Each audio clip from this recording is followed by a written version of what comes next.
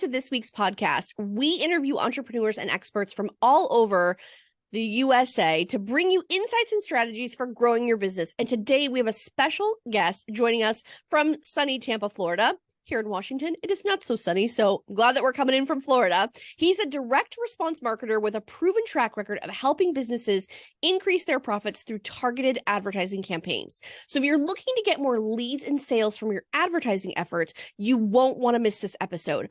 Our guest is here to share his expertise and offer his services to run your ads and help you achieve breakthrough results. Please welcome Nick Mullin to the show. How are you? I'm great. Thanks for having me. Yeah, absolutely. I'm excited to chat with you because I feel like there's so much mystery around this subject. So tell me a little bit about your background in marketing and how you got started in this industry. Yeah, so I actually got started just out of, my desire to get started in business when I was in college. Back in I think late 2017, I started doing some e-commerce stuff while I was in college. I was either a late freshman or early in my sophomore year. I started, messing around with some Shopify stores, and basically I was just selling Chinese products to people in America while I was in class. And so just started spending my own money on paid ads, specifically on Facebook ads, which was a great learning experience for me while I was in college, and was just messing around with that. And then, I came to the realization while I was doing that it would probably be smart for me to go and use those skills that I was learning to actually help businesses that were more legit and actually selling products that, they had been selling for a while, and they have a customer base already and that kind of thing. And so I started doing it for other companies, some marketing stuff.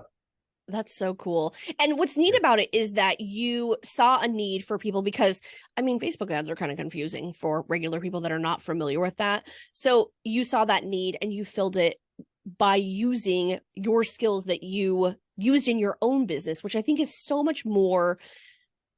I'm not even sure what the word that I'm looking for is, but it just makes it so much easier when you're working with someone that has used these same strategies for their own business and now you're sharing it with others. I feel like it's so much easier to talk with someone about those ads. Why did you decide, out of all that stuff that you learned, because I'm sure there was so many things that you learned about, why did you decide to specialize in direct response marketing?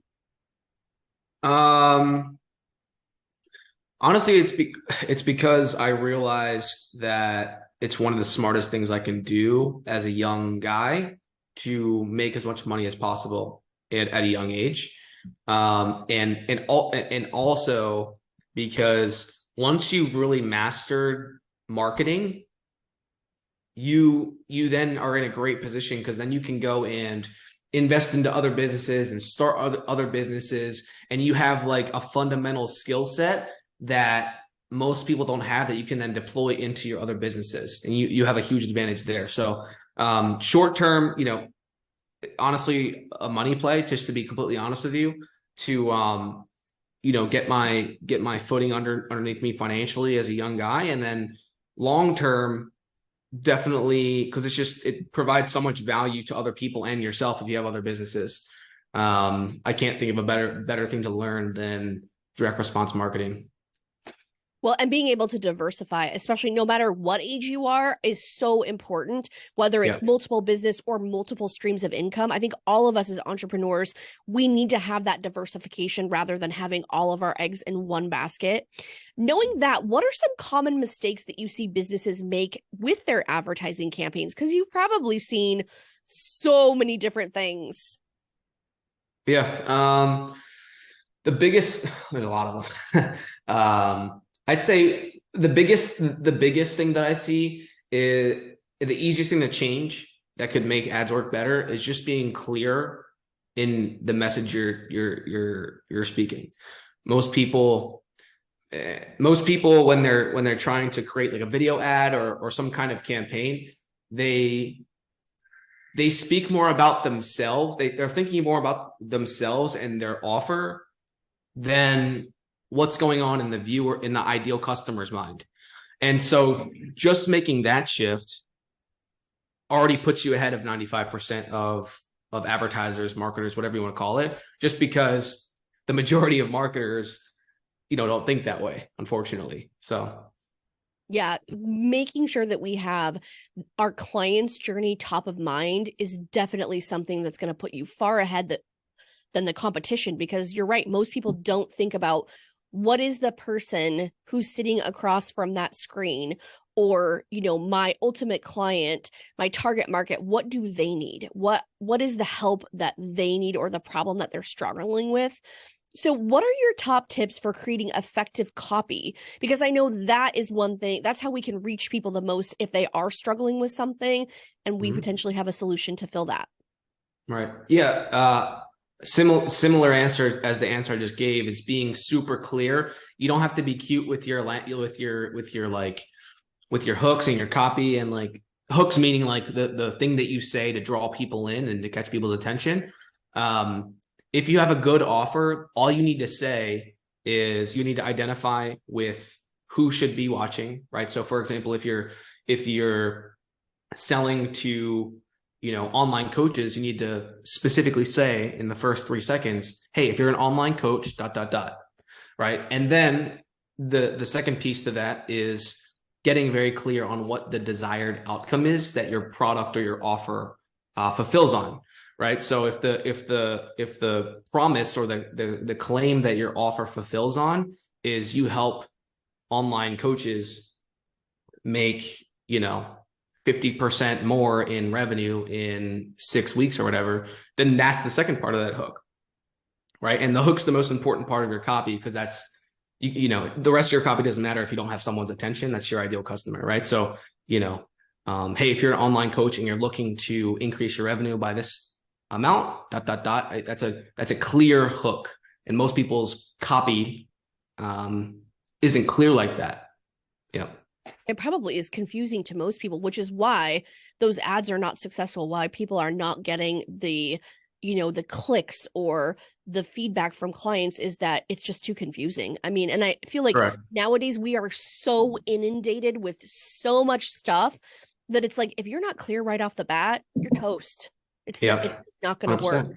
Yeah.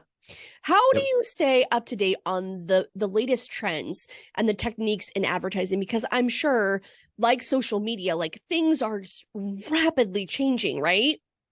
Yeah.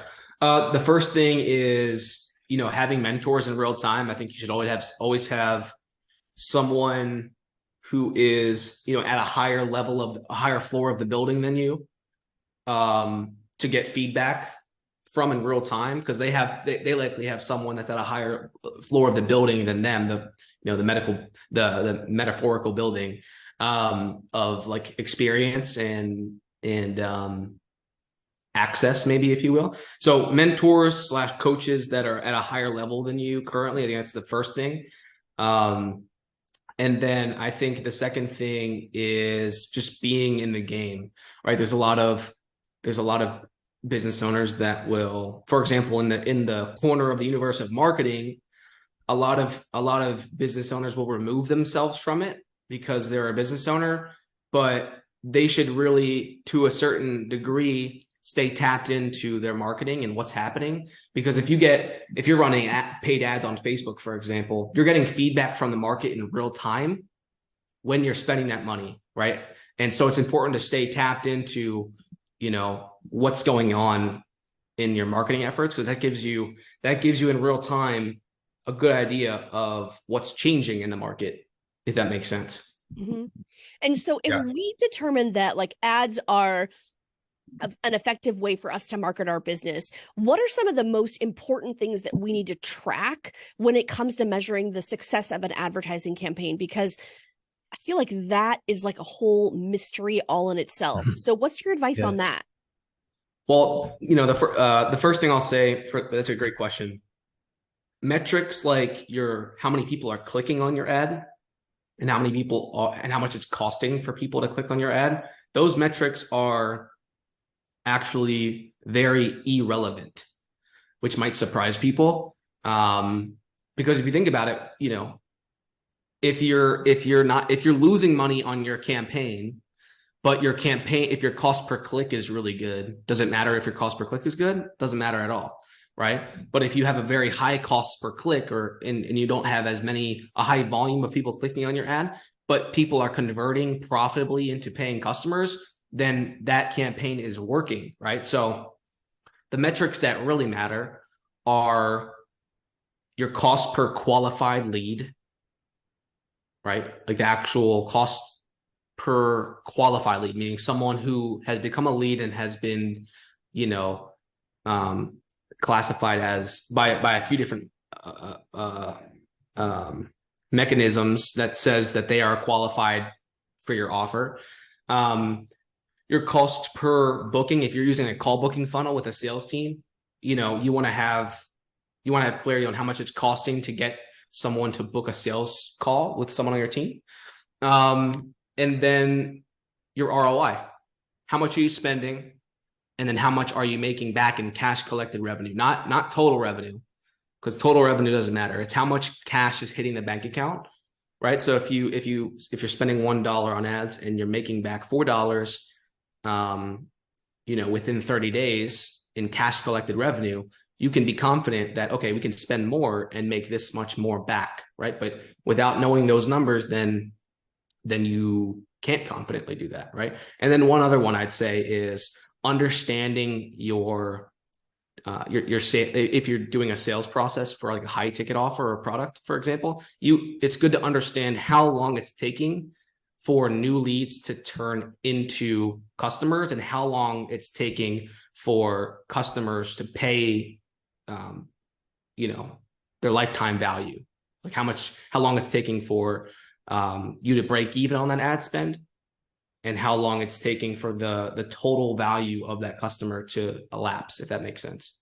Yeah, absolutely. Now, is there like any systems or technology or processes that you recommend that people have in place to, kind of capture all this information and be able to, really look at the numbers and make sure that running these ads makes sense? Yeah, so there's some softwares at a high level. You can use softwares like Hyros.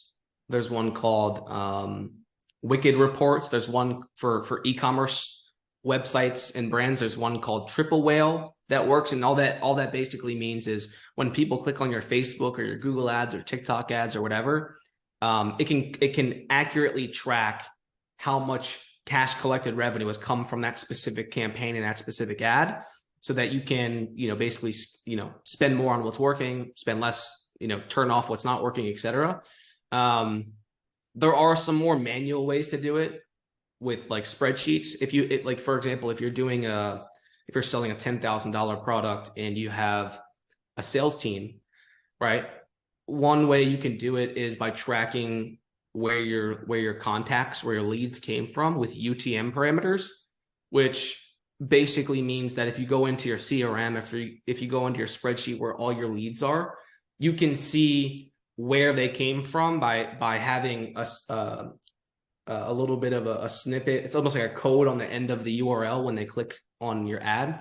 So if they click on one of your Facebook ads, it'll say your URL, and then it'll also say the source, which would be Facebook ads, and also would say the specific campaign, which would be whatever the campaign name would be. And then you can go into your CRM where you organize all your leads and all your customers, and you can run a report of, okay, well, I want to see only the sales that came from Facebook ads, or I want to only see the sales that came from Facebook ads and this specific campaign.